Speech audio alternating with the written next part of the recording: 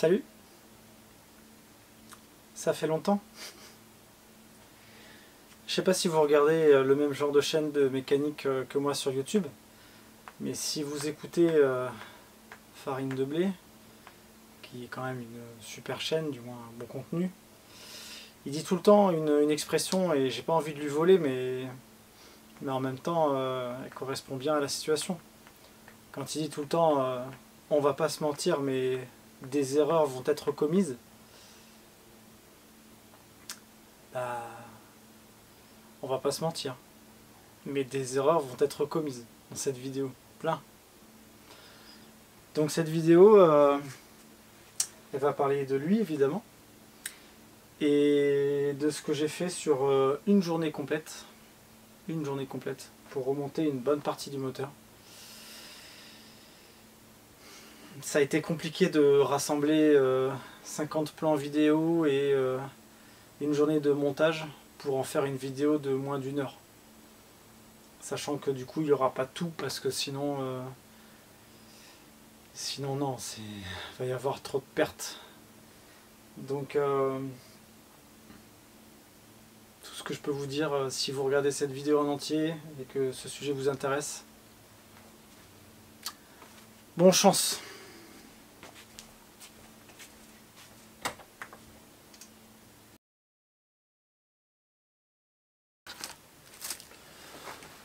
Bon, dans la vidéo d'aujourd'hui, ça va être simple. Il va y avoir 3 gros chantiers, au moins 3. La fin du nettoyage des carters, mais je ne vais pas faire une vidéo de 3 heures qui vous montre comment on nettoie les carters, c'est hors de question. Donc je vais juste vous expliquer la méthode que j'ai utilisée, et ça sera tout, sinon il va y avoir un suicide collectif. Deuxième chose, réparer la roue libre de démarreur, qu'il faut que je démonte, qui est là. Et normalement dedans, il y a quelques patins et quelques ressorts à changer. Donc ça c'est une deuxième chose. Troisième chose, commencer à remonter et remonter le moteur. Donc j'ai reçu des nouvelles chaînes primaire. On voit elle est vachement souple dans les deux sens, hein. Contrairement à la nouvelle qui est une Tourmax. Donc elle est beaucoup plus rigide. Déjà on a beaucoup plus de mal à la faire se toucher. Et dans l'autre sens elle est stable. Et une chaîne de distribution. Donc quitte à faire, tant qu'à faire, j'en ai commandé une. Donc l'autre est censée être une chaîne version silence. Je sais pas vraiment s'il y a une différence. Ce qui est sûr, c'est qu'en termes de longueur, je vois pas trop de différence. Donc l'ancienne n'est pas forcément détendue. Franchement, ça se joue à rien du tout. Par contre, c'est pareil, l'ancienne elle est très souple. Alors que la nouvelle est quand même beaucoup plus rigide. Par contre, la nouvelle elle est un peu différente, c'est-à-dire qu'on peut lui faire des virages beaucoup plus serrés. Donc je sais pas si ça change quoi que ce soit, mais bon. C'est censé fonctionner, donc on va voir. Donc là, la première étape, c'est de finir de nettoyer le carter moteur. Ensuite, il faudra que je nettoie le haut moteur, et là ça va être vraiment long. Et quand ça c'est fait, roue libre de démarreur, et on remonte la moto. Alors pour nettoyer les carters moteurs, il y a deux choses. Première chose, du coup j'ai utilisé cette espèce de produit là, de Restom, qui marche super bien. Ils indiquent qu'il faut le laisser dessus quelques minutes à une journée complète. Dans mon cas je l'ai laissé largement une journée complète et j'en ai mis plusieurs couches. Donc produit, une journée, nettoyage, rebelote plusieurs fois. Mais c'est pas... La première utilisation elle est bien, la deuxième ça va, et après ça sert plus à rien d'attendre aussi longtemps. Littéralement ce qu'il faut faire c'est frotter et tout nettoyer. Donc pour nettoyer j'ai chopé des brosses comme ça. Donc j'en ai qui sont en nylon. Et après c'est un espèce, je sais plus ce que c'est du laiton je crois, et ça c'est du fer. Mais c'est pas très rigide. Donc je pense que c'est plutôt bien. Et ce que je fais, c'est que je mets du produit là-dedans.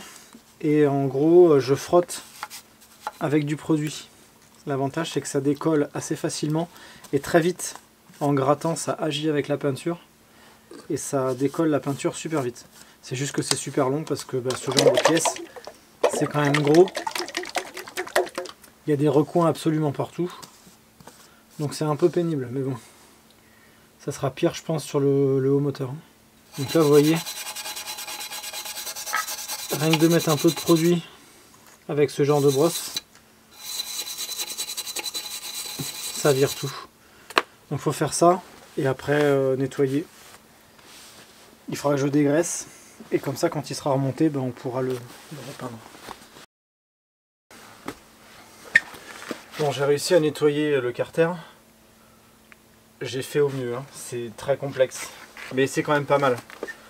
C'est bien gris. Il reste encore des zones hein, où il y en a un petit peu, évidemment. Il y a des recoins qui sont difficiles d'accès.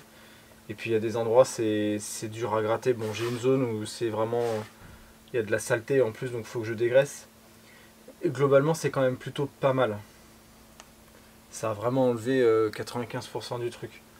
Donc c'est une bonne chose. Il me reste le haut moteur à faire de la même manière. Et là ça va pas être rigolo non plus avec les ailettes et tout, ça va pas être marrant. Mais c'est un sacré chantier. Hein. Franchement ça prend vraiment du temps. Donc je suis bien content de l'avoir fait. Et ce qui fait toujours plaisir dans ce genre de cas, quand tu remontes un moteur comme ça, c'est qu'au moment où tu en es là, et ben tu te crades plus les mains pour remonter tes pièces. Et ça c'est chouette.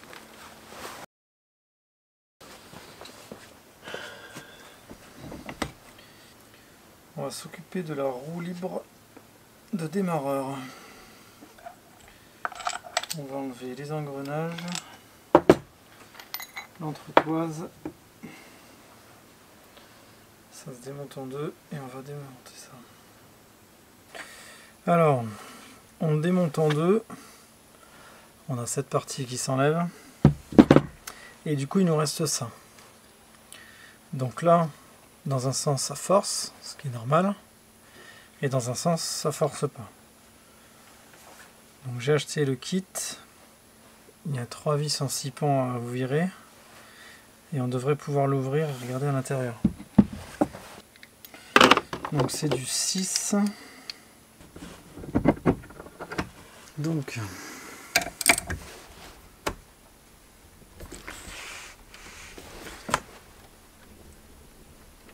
Ah vache!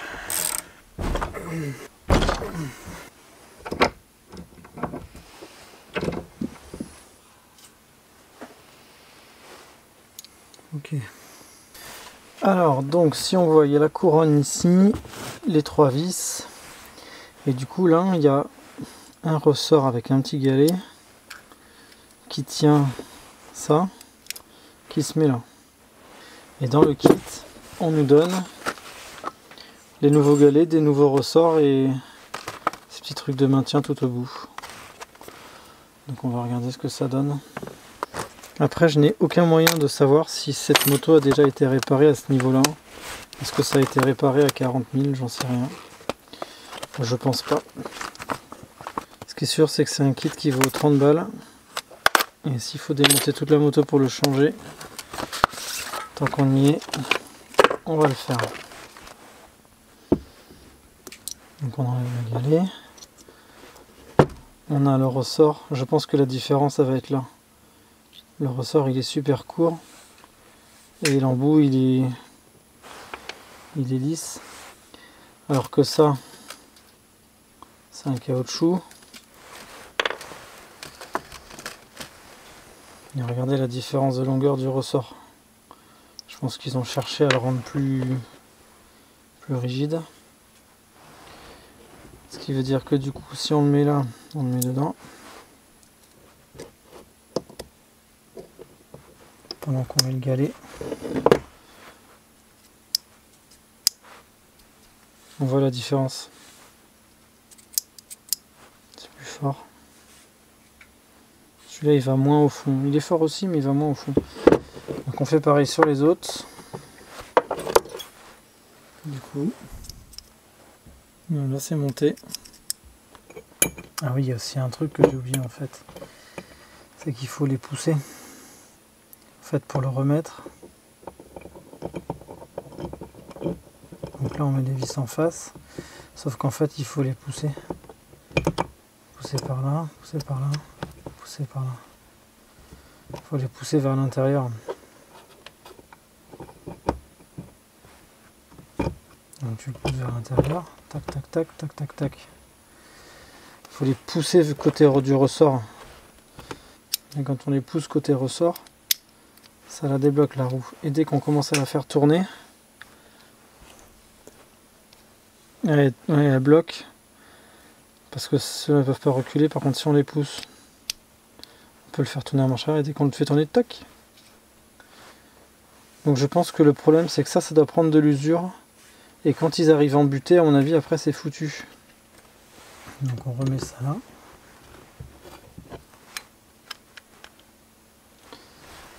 Et là, on va pouvoir commencer à revisser. Faut que je regarde sur le manuel à combien il faut serrer. Voilà, du coup, normalement, maintenant on est pas mal. Donc là, ça tourne. Et de l'autre côté, ça ne tourne pas. Ok, donc là, de ce côté, il y a ça. Là, il y a une autre toise.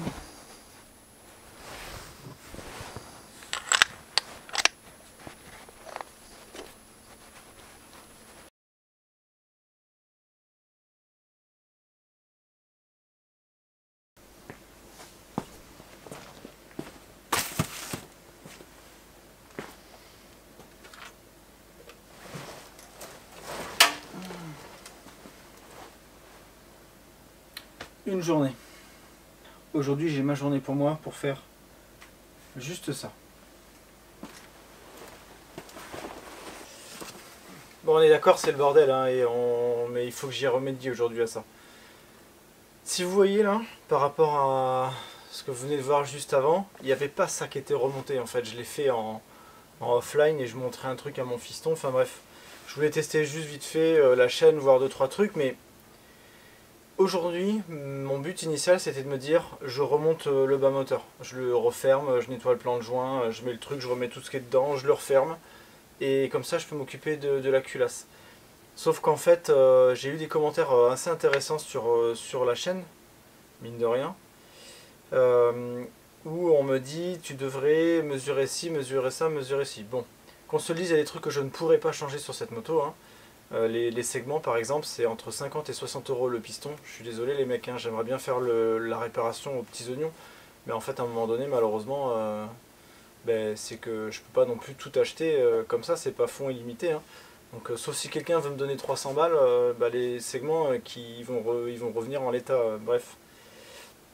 Mais il y a un commentaire qui m'a bien intéressé, c'est un mec qui m'expliquait que il faudrait que je fasse les mesures avec du plastique gauge, au moins du vilebrequin. Alors il faudrait le faire aussi sur les bielles, hein. Mais du coup je connaissais pas cette technique, donc j'ai regardé sur le net et en plus elle est aussi écrite dans le manuel d'atelier. Donc en fait, franchement, j'avais pas envie de le faire parce que c'est chiant, parce qu'il faut que je vire ça, mais il faut mettre le vilebrequin avec le plastique gauche, fermer le carter en entier, les 36 vis, réouvrir le carter en entier, vérifier, mesurer et éventuellement racheter des coussinets. Mais le plastique gauche, j'en ai trouvé, ça vaut souvent super cher, hein, mais j'en ai trouvé pour un prix raisonnable, donc j'en ai acheté. Donc ce matin, ce que je vais faire, c'est que je vais revirer tout ça. Je vais nettoyer le plan de joint, mettre le plastique gauche, fermer, réouvrir, mesurer, et à ce moment-là on avise. Et si jamais il faut que je rachète des coussinets et que je ne peux pas refermer le moteur aujourd'hui, eh ben je m'occuperai du haut moteur. Donc c'est parti. Voilà, si vous voyez dans le carter, j'avais remis la boîte de vitesse histoire de. Ça m'a permis aussi d'expliquer à mon fils comment fonctionne une boîte de vitesse de moto. Ce qui est sûr, c'est que la boîte de vitesse, quand on va remonter le moteur, je pense je vais la mettre du côté carter, du côté haut du carter, pour que celui-là soit vide et que je puisse lui le mettre à l'envers. Ça sera plus simple. Le seul truc, c'est qu'il va falloir réussir à viser les fourchettes. Donc je vais voir comment je fais. Est-ce que je laisse comme ça et j'arrive à les assembler tous les deux?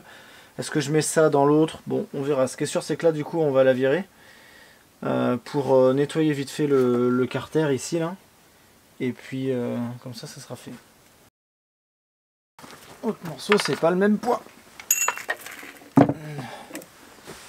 Donc là, il faut que je revire la roue libre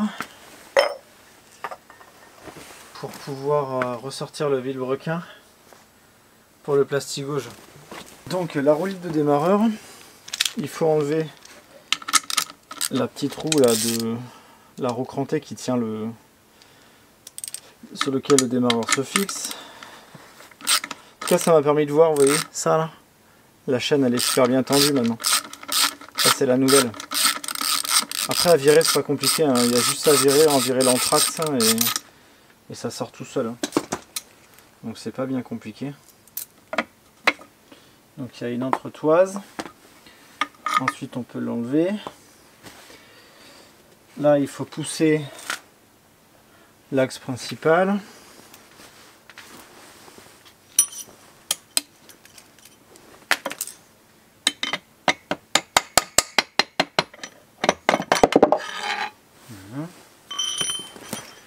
Donc ça enlève l'axe principal avec son roulement, qui moi dans mon cas est bon. Du coup la roue libre elle tombe.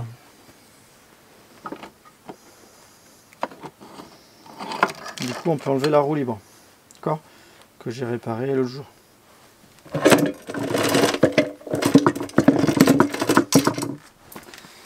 on va le poser de côté. Donc j'ai changé le patin de la chaîne primaire et là du coup nous voilà avec nos petits coussinets. Donc ouais, comme je vous disais, il y a une mesure qu'on peut faire avec du plastique gauche, c'est ce qu'on m'a expliqué,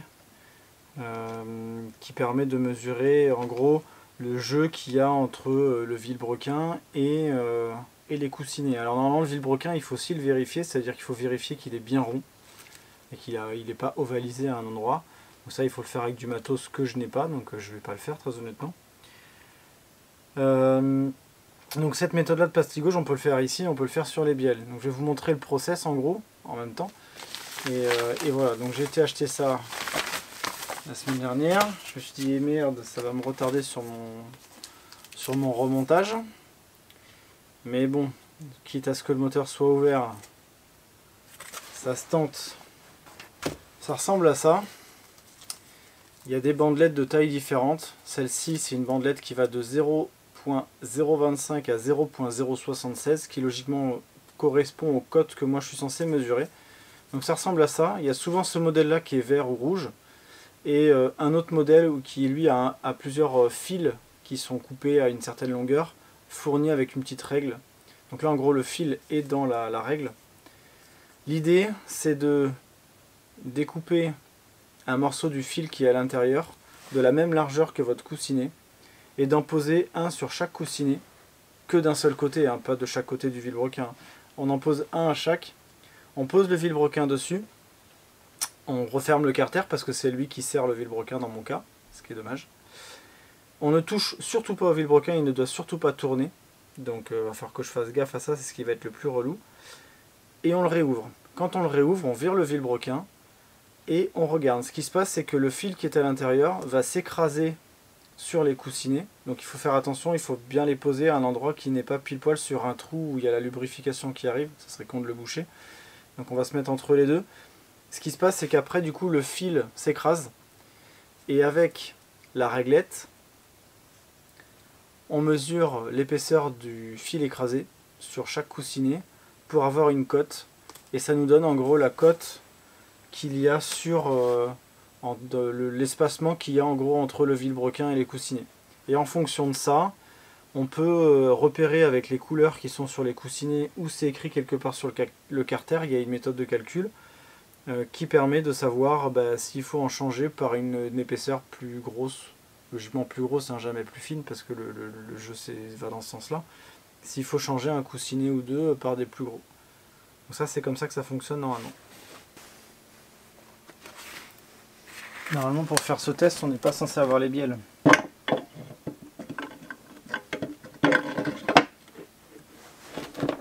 Donc c'est censé être beaucoup plus facile.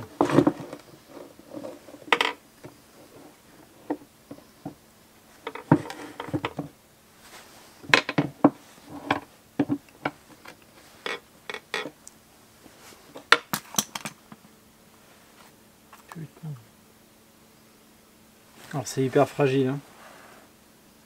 On pose le plastique gauche, donc là par exemple le morceau est un peu trop petit parce que je suis un crétin et que je l'ai abîmé. On va le mettre par là.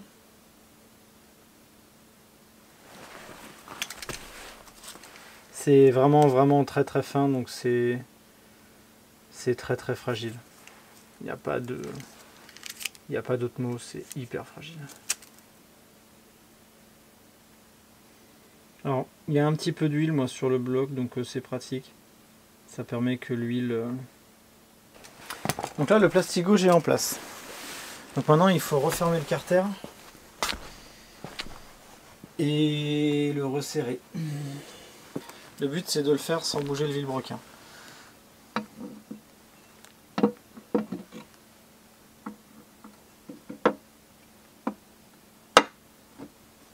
A few moments later. Bon, un plastique gauche qui s'écrase, en gros, ça donne ce genre de truc. Et du coup, avec la bandelette, vous pouvez mesurer l'écartement. Nous, sur la moto, il faut qu'on soit entre 0,30 et 0,64.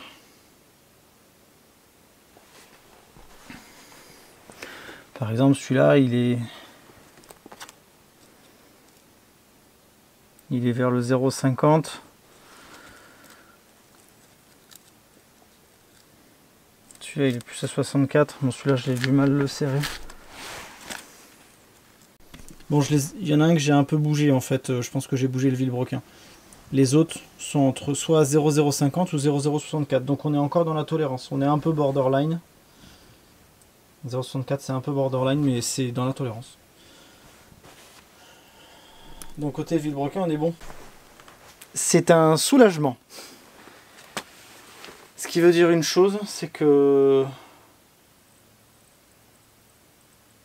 c'est qu'on va remonter le bas moteur.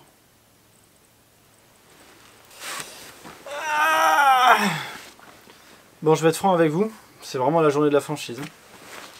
Remonter le moteur comme ça de tête, je pense que je m'en rappelle. C'est pas très compliqué et je me connais, je vais me lancer dans le truc, je vais remonter tout le truc et me dire ok, c'est bon, j'ai rien oublié. Puis je vais regarder la doc et je vais me dire ah merde, il y avait un truc là. Donc je vais regarder le manuel quand même. Donc le chapitre 4.81 qui est la page combien? Page 197 du manuel que je vais vous mettre. On peut commencer à remonter les trucs. Donc il y a la pose du vilebrequin, poser les coussinets supérieurs du palier de vilebrequin dans le carter. Donc ça, je les ai mis. Je vais virer le vilebrequin dans tous les cas parce que je vais lui mettre de l'huile dessus. Aligner les saillies, poser la chaîne primaire, la chaîne de distri, l'ensemble du vilebrequin. Passer la chaîne de distribution à travers de la cavité en bas, normal. Il faudra qu'on la fixe. Et ensuite, on peut s'occuper de la transmission. Enfin, selon la page d'après, c'est direct transmission. Mais les gars, on va peut-être mettre d'abord le... On va peut-être d'abord remonter la roue libre de démarreur. Alors ce qui est pénible, c'est que moi ma doc là, c'est la doc du 1399 et par exemple la roue libre de démarreur c'est pas la même. C'est un modèle différent, donc je peux pas me baser sur tout là-dedans. Après c'est vraiment tout con à remonter, donc on va pas trop se prendre la tête. Tout ce que je sais, c'est qu'il y a un endroit où j'ai une... Je sais que sur le carter, je l'avais en photo, il y a un endroit où il y a un petit joint qu'il faut que je remette. Je ne sais plus s'il n'est pas par ici, enfin il faut que je le remette. Donc, et là-bas, il y a une entretoise. Il faut que je vérifie aussi au niveau des entretoises. Donc ce qu'on va faire, c'est qu'on va remettre le vilo.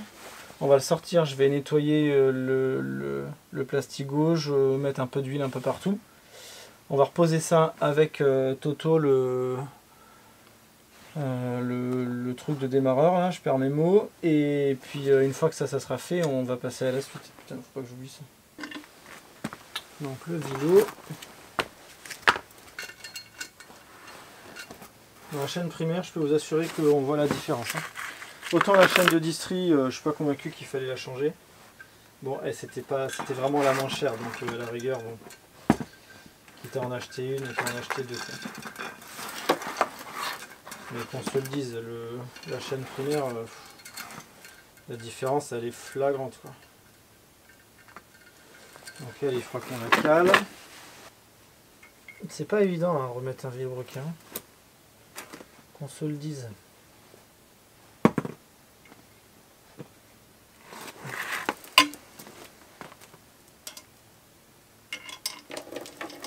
Elle faut la passer au milieu, elle faut la pousser par là-bas. Là il y a les bielles qui font chier. Elle, on la pousse par ici. Oui, on pousse une bielle là, une bielle là.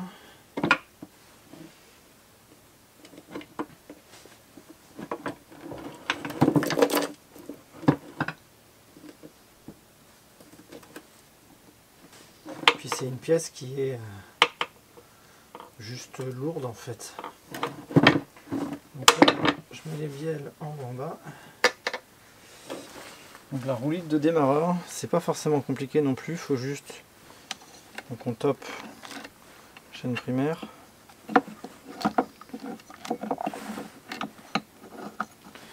On la met dedans.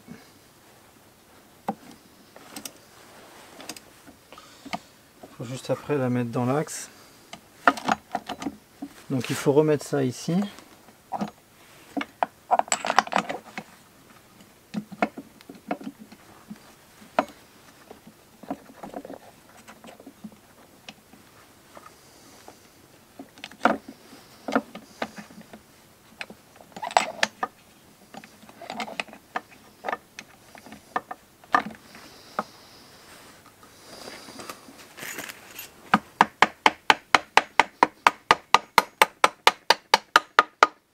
Tac.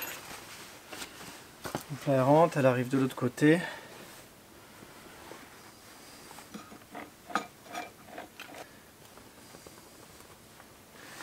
Donc on peut remettre celle-ci qui va ici avec sa petite entretoise. Tac. Et du coup la vis qui l'accroche, du coup on met ça dans le sens où ça se met dans l'entretoise. Ça et la fixation, on peut pas se tromper. Petit gicleur d'huile qui va ici,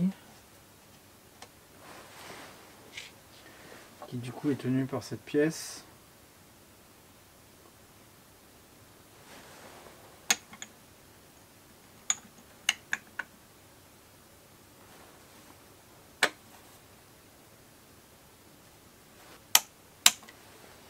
Donc côté emballage de démarreur. Alors j'ai commandé sur le net une pochette de joints sur eBay, joint complet moteur. Je la conseille à personne parce que en fait le mec qui l'a fait il te donne tout en vrac et tu sais pas qui va où. La pose de la transmission. Page 488 204. Poser l'ensemble de l'arbre primaire et l'ensemble de l'arbre d'entraînement. À s'assurer que les circlips de roulement d'arbre d'entraînement sont introduits dans les rainures de l'axe. Donc il y en a plusieurs. Hein. L'axe de roulement de l'arbre d'entraînement doit être orienté vers l'arrière du carter et l'axe de roulement d'arbre primaire doit être orienté vers l'avant du carter. Oui, parce que là il y a des encoches. Et il y a aussi les encoches ici. Et ensuite on va huiler comme un cochon. Donc l'arbre primaire c'est celui qui mène à la boîte de vitesse, qui est donc celui-ci.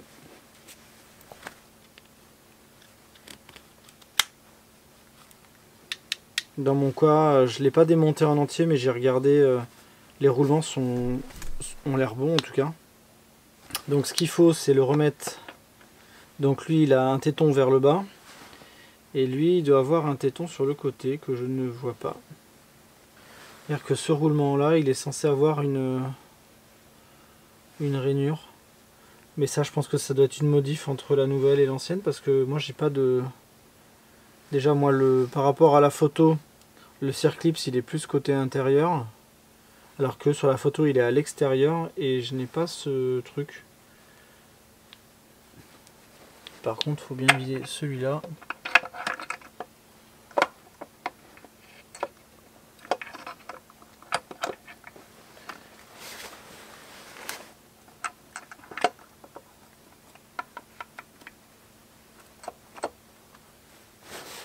Et l'autre arbre.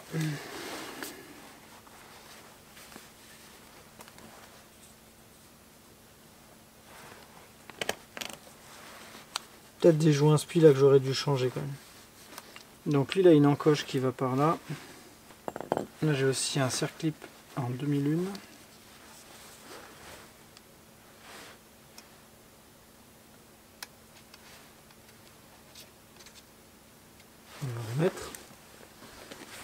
surpris d'en avoir qu'une d'ailleurs. Je pense qu'honnêtement il en manque une. Donc lui il va vers la droite.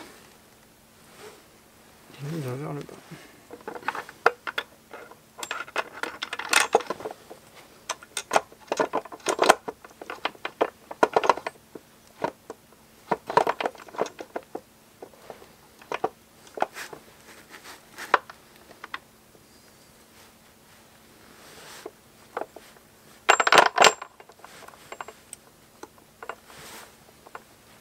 Ok, donc là il y a bien le petit pivot qui est là. Le joint spi, on va bien le remettre. Mais je suis surpris que j'ai pas une demi-lune. Un petit coup d'huile.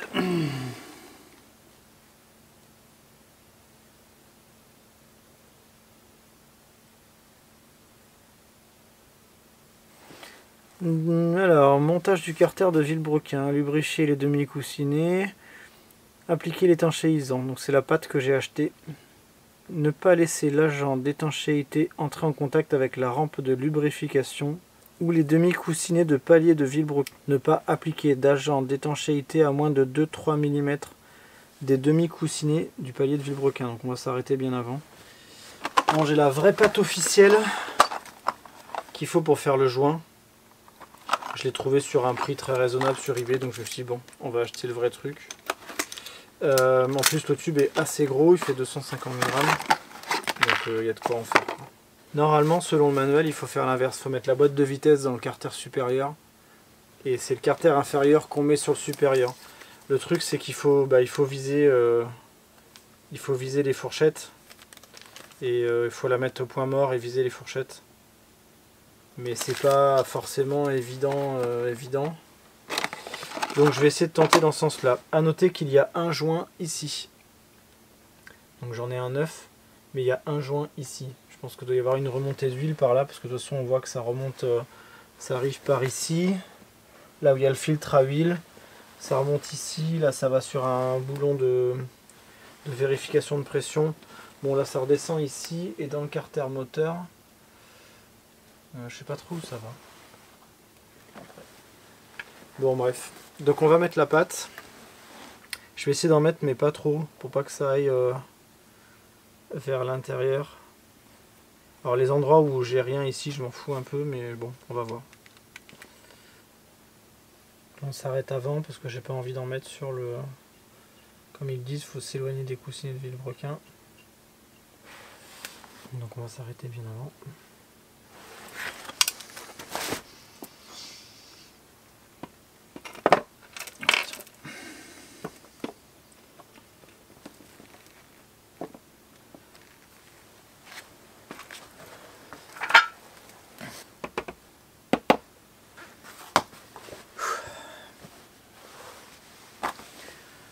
Donc on est en face, les vis, la partie la plus rigolote. Là c'est le moment où tu pries que tu n'as rien oublié et où tu pries que tu as mis suffisamment de pâte à joint. Donc il faut poser les boulons de carter inférieur en premier et les boulons de carter supérieur après. Mais oui, parce que normalement on est censé le monter dans l'autre sens. Donc...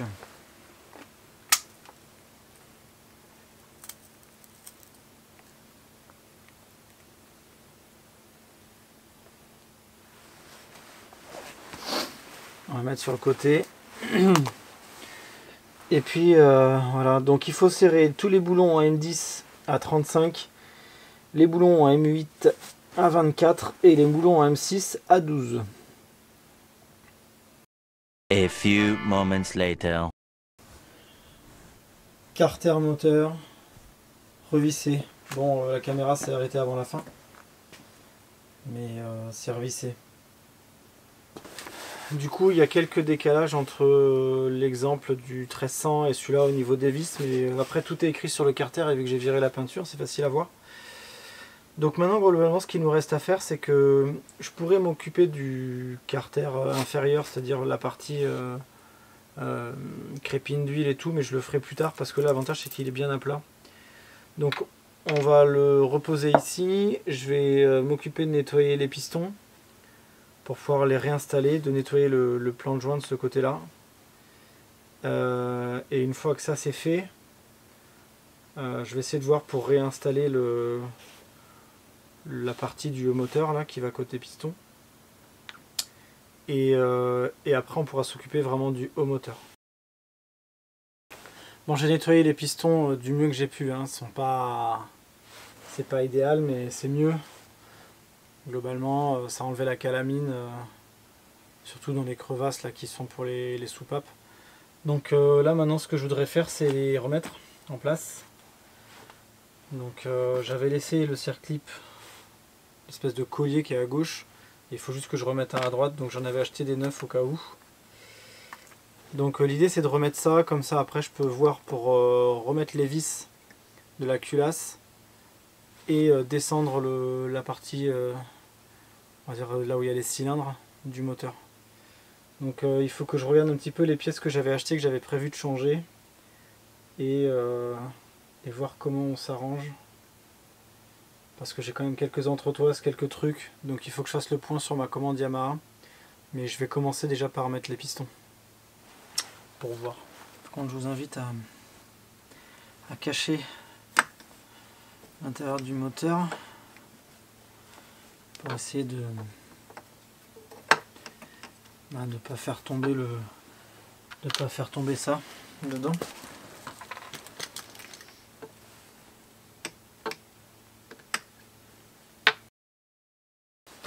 Voilà, on arrive dans une partie qui n'est pas très amusante. C'est que j'ai reçu un carton de pièces de Yamaha avec une quarantaine de pièces à l'intérieur.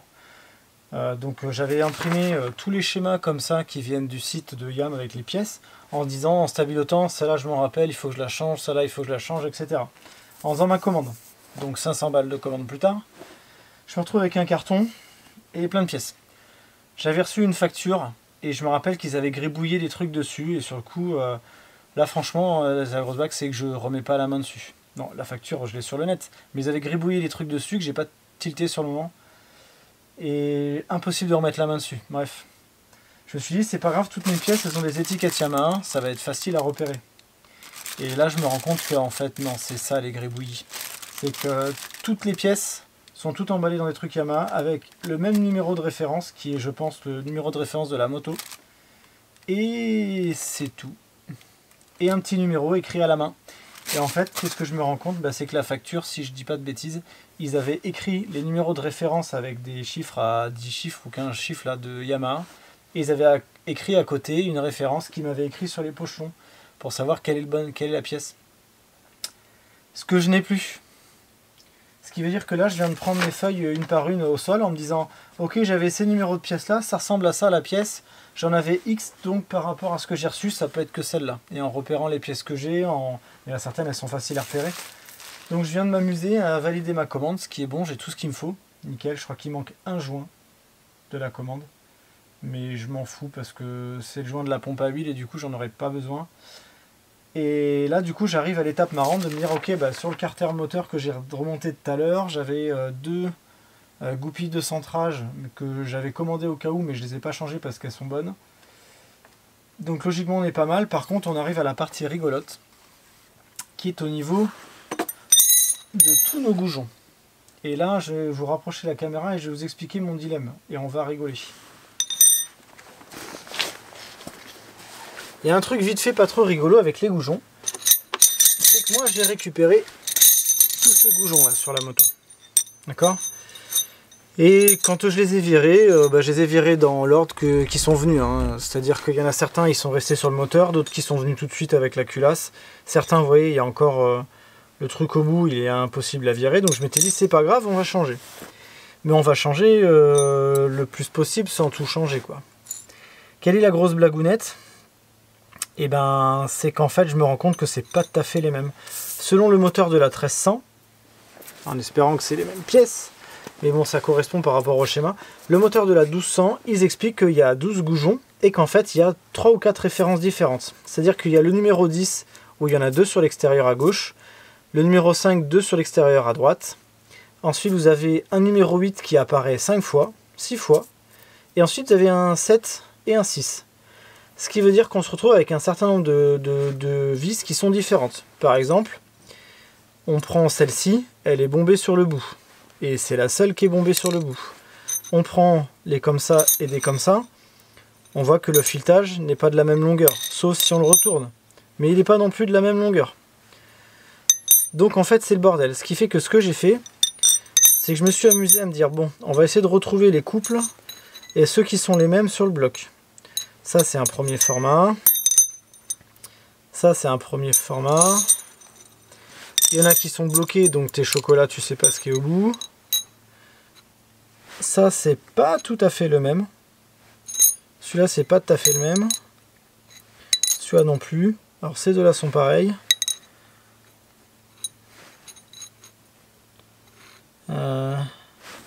Ces deux-là ont l'air pareils. Donc celui-là est particulier.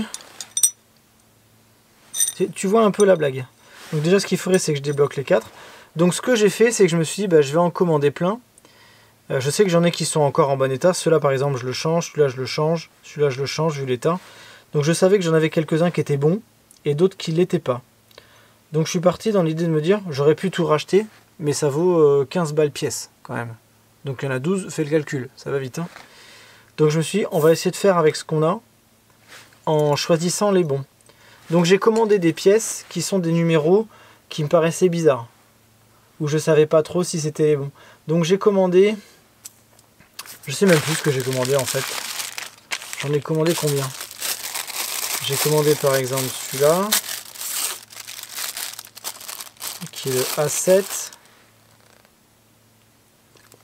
Qui ressemble fortement à un comme ça. Non même pas, il est plus court. En fait il y a des longueurs différentes. Donc ça c'est le A7. Ça c'est celui qui est bombé. C'est exactement le même. Et là j'en ai plusieurs qui sont identiques. 1, 2, 3, 4, 5 et 6. Donc ça c'est le bloc de 6 où il y a les 6 identiques. C'est les numéros 8. Donc ça c'est le numéro 8. Il y en a 6. Donc je vais en repérer un pour voir un peu à quoi il ressemble. Et après il va falloir que je retrouve lesquels vont aux extrémités, quoi. Très honnêtement, là j'ai été complètement con. J'aurais dû en commander plus. Parce que là j'en ai commandé 8, 10. En fait il m'en manque que 2. Donc il va falloir que je retrouve par élimination lesquels ne sont pas les mêmes. Parce que là normalement je devrais avoir un groupe de 8. Mais là si on regarde bien, j'ai pas un groupe de 8. Ça potentiellement c'est peut-être les mêmes. Ça potentiellement c'est peut-être les mêmes, sauf que si tu regardes il y a un souci parce que là j'en ai pas 8, j'en ai 7 plus celui-là, il m'en manque un, c'est pas possible.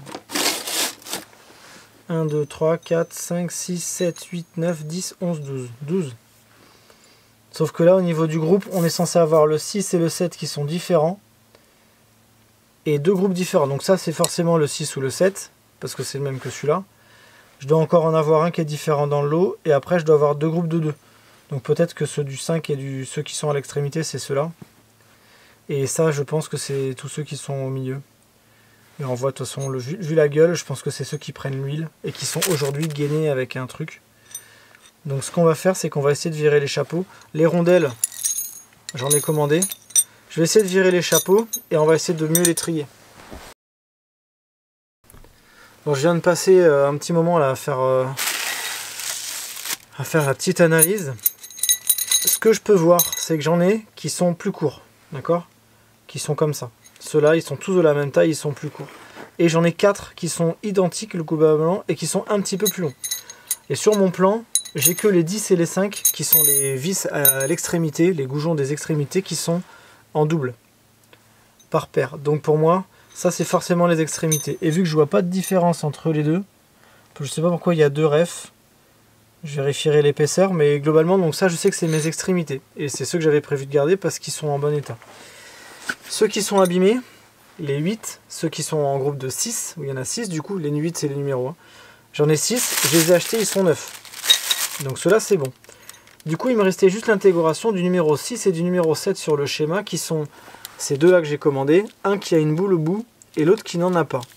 Et en fait, ce que je me rends compte, c'est que j'en avais un des deux qui était revenu avec le chapeau.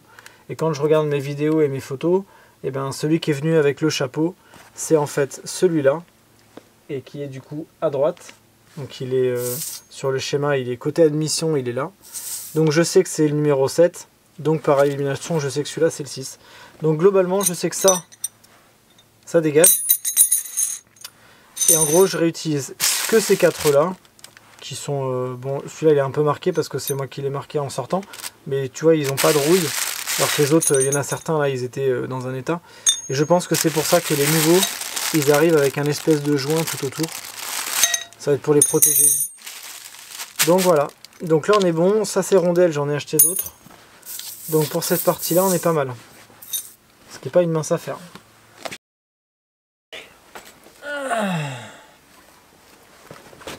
Je vais faire un brin de toilette pour la peinture en essayant de faire au mieux. J'ai aussi ces petits joints là qui sont tout pourris. J'en ai d'autres, il faut que j'installe les nouveaux. J'ai eu beaucoup de mal à virer le vieux joint qui était de ce côté là. Donc je vous le montrerai pas parce que je voudrais pas que certains s'évanouissent. Mais j'ai mis littéralement 3 heures à gratter ce joint là. Donc c'est un peu la merde. La culasse c'est abîmé par endroits, mais c'est pas méchant. Après de ce côté là, bon, il n'y a pas...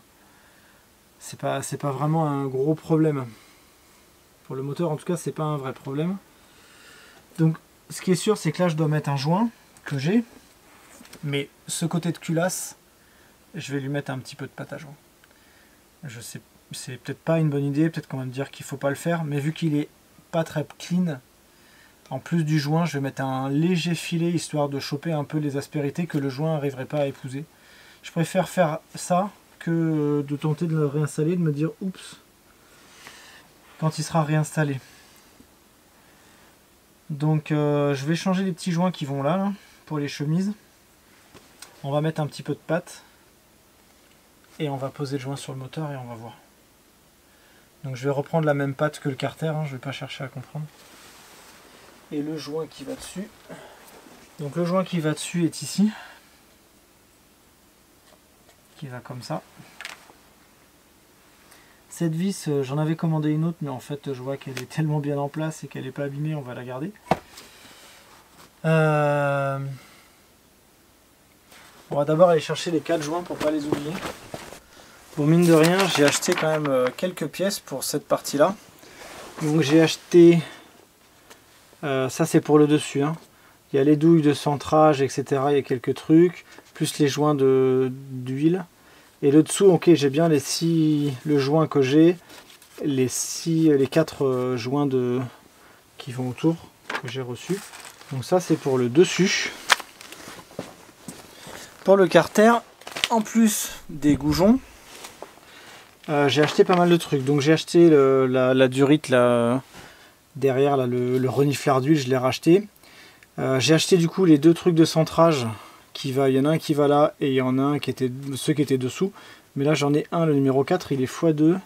Non, je sais même pas pourquoi il est x2, parce que l'autre doit aller ici. Alors qu'il me l'affiche même pas sur le dessin. Super. Mais je pense qu'il y en a un. Ça y ressemble. Et après, ce que j'ai pas compris, alors autant tu vois sur les vis qui sont ici, par exemple la numéro 10, il marque qu'il y a ce genre de truc.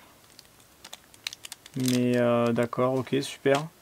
Et je sais pas ce que c'est. Et je les ai commandés pour voir ce que c'était.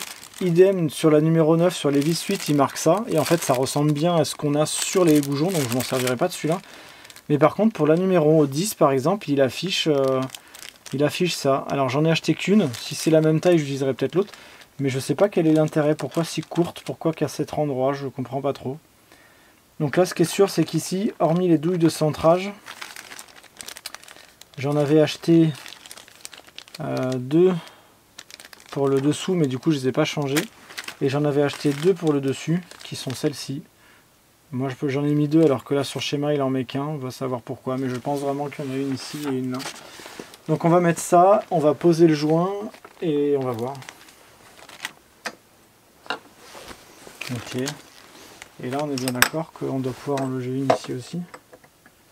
Bah ouais. Donc il y a bien deux douilles de centrage, 2 plombs de centrage.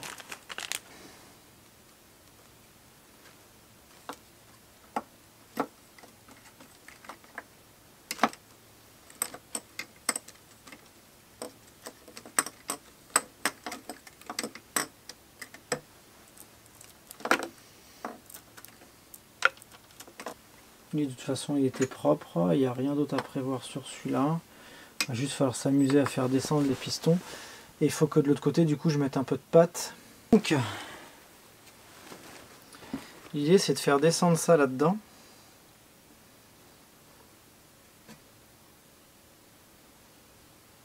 Et comment on arrive déjà à passer ce truc? Alors je suis un peu surpris parce qu'il détaille pas trop. Et je sais pas du coup parce que ça c'est vachement emmerdant. En fait ça a du mal à passer là-haut. Donc je sais pas s'il faut que je le passe maintenant ou est-ce qu'il faut que je le passe après. Parce que si je dois le passer après, il faut que je soulève ça. Si à la rigueur ça doit pouvoir se remettre après. Donc il faut virer ça.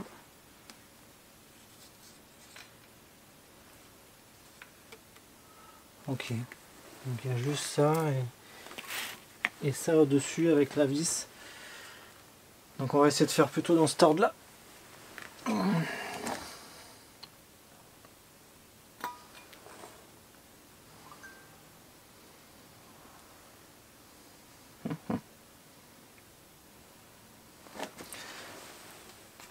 Est-ce qu'on mettrait pas deux goujons histoire de se faire un peu guider?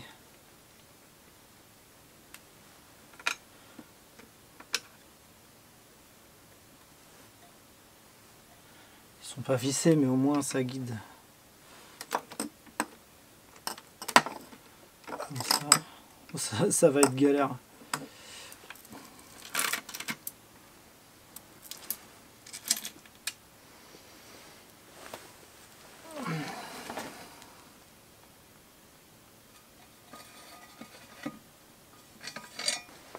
Alors, est-ce qu'on arrive à toper la chaîne?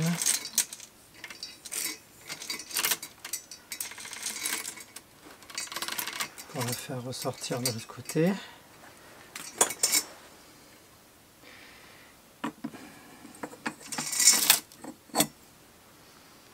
Bon, la chaîne elle est tombée dedans, mais on va la rattraper.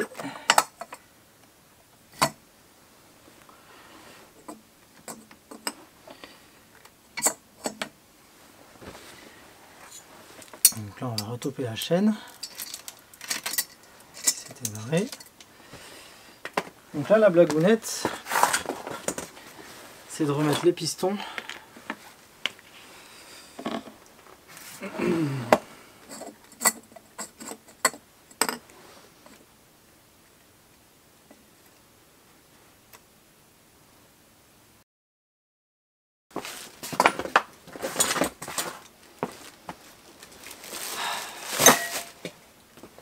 Bon, si on récapitule, ce qui me reste pendant que j'installe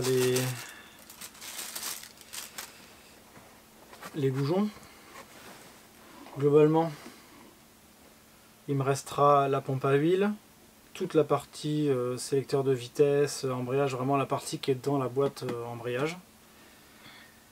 Et il me reste la culasse. La culasse,